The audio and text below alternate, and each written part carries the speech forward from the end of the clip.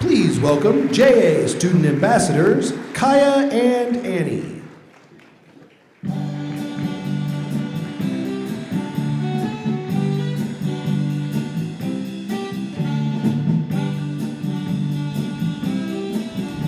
Welcome to the stage, Kaya!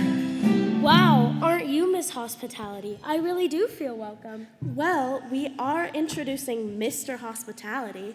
Walter Isenberg is in the experience economy. He creates great experiences for the people who visit his spaces. Yes, and he is also very passionate about creating a great environment for the thousands of people who work for him. Maybe we could work for Sage Hospitality Group one day.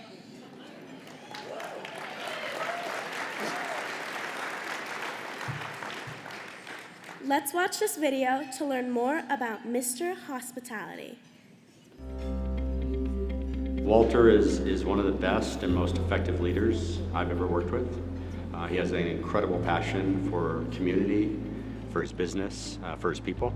Walter is known across the board as Mr. Hospitality. By living and breathing the biggest and smallest details of every project, Walter Isenberg has turned hospitality into an art form.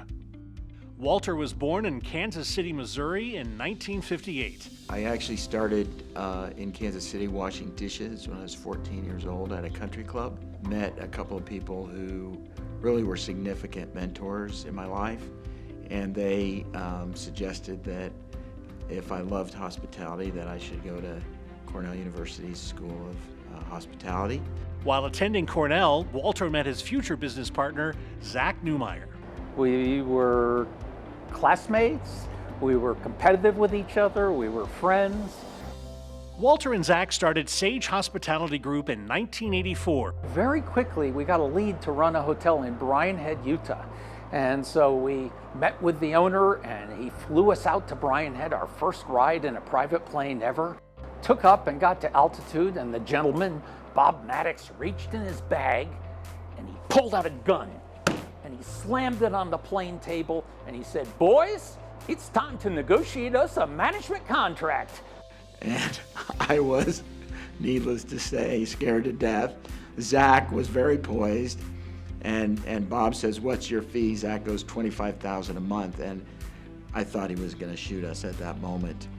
And ultimately, we ended up getting the deal. Projects that were particularly pivotal for us were, of course, the Oxford. We still own it today in partnership with Dana, and that really spurred us into being able to do some acquisitions, and we continued down that road very successfully through the 90s.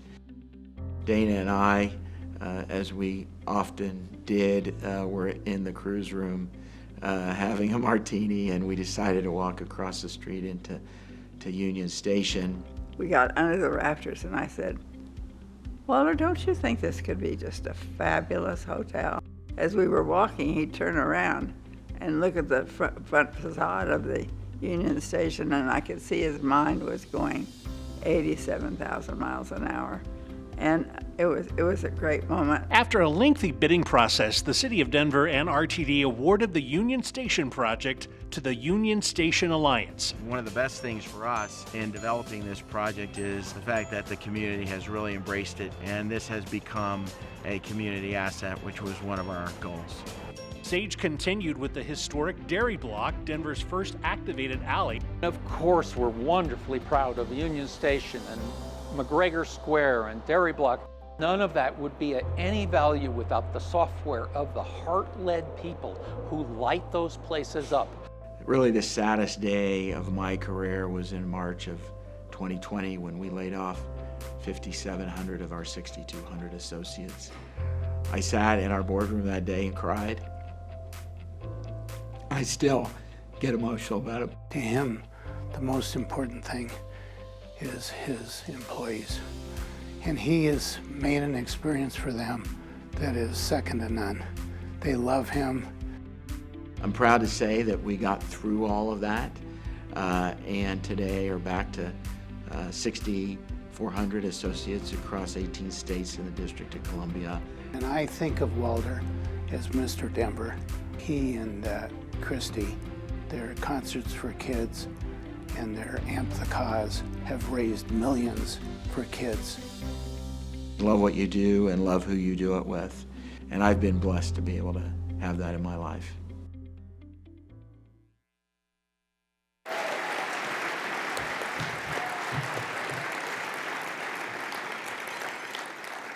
Please welcome Walter Isenberg to the stage.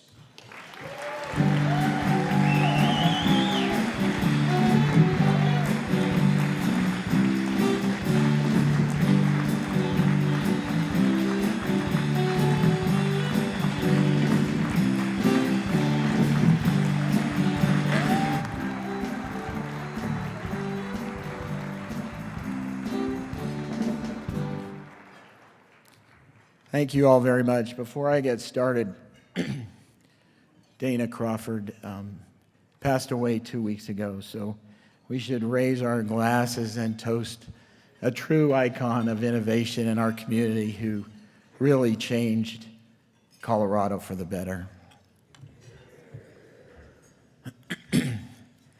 I would, first of all, say, ladies, you're welcome to apply. We're always looking for great people. I'd like to thank Junior Achievement and the Denver Metro Chamber of Commerce, Robin and JJ, for this tremendous honor.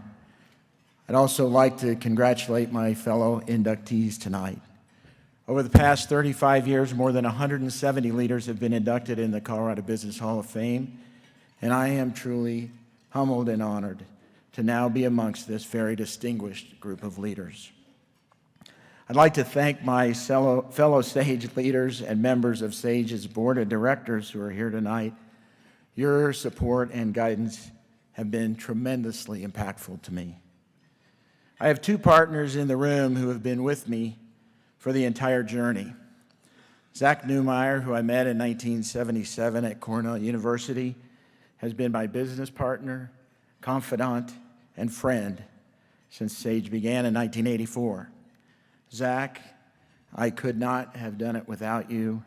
My heartfelt thanks for being on this side with me, on this ride with me.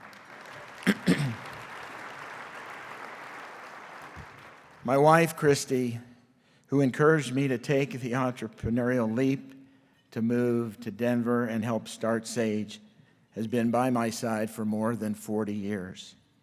She has endured, encouraged, and enlightened me without hesitation.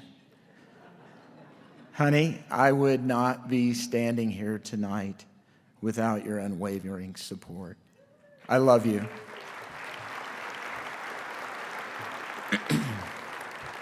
My brothers, John and Tom, and our children, Nicole and Terry, are here. Thank you. Your being here has caused me to reflect on my parents. My siblings and I were blessed to have had two amazing parents who were tremendous role models. They instilled in us some core values: always treat others with respect, always recognize the importance of getting a good education, and through hard work, strive to achieve excellence. If you will indulge me for a minute, I'd like to share a story of how early mentors led me to the business of hospitality.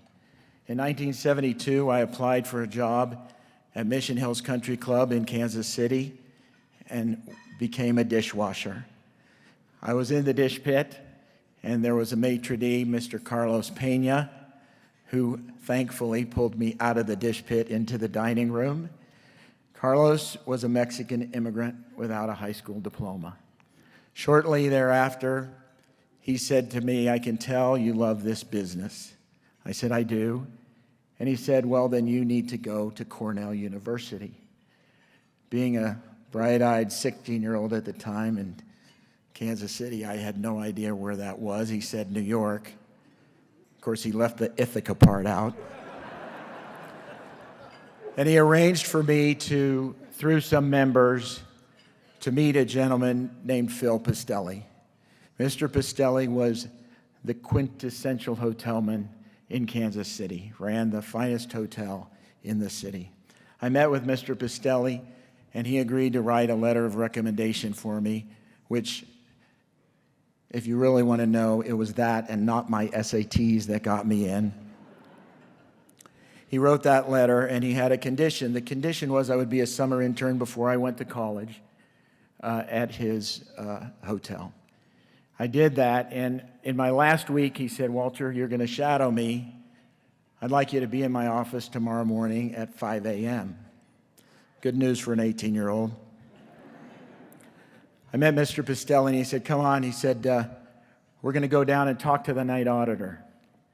He said, you know why we're going to go talk to the night auditor? I said, no, Mr. Pistelli. He said, because you should never forget you are going into a business that's 24/7, 365. And every single associate that works for you is important. And you didn't make sure that they know that. We went down, we talked to the night auditor. He knew the night auditor's family. He knew everything about them. Shortly thereafter, he said, come on, we're going to go down to the housekeeping department.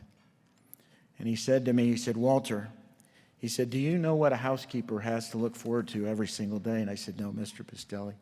He said, 16 dirty toilets.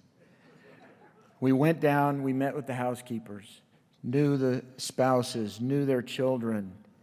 And what I learned from Mr. Pistelli was this. These aren't employees, these aren't associates, these people are your family. I have kept that with me my entire career, and I'm grateful for both Carlos Pena and Phil Pistelli.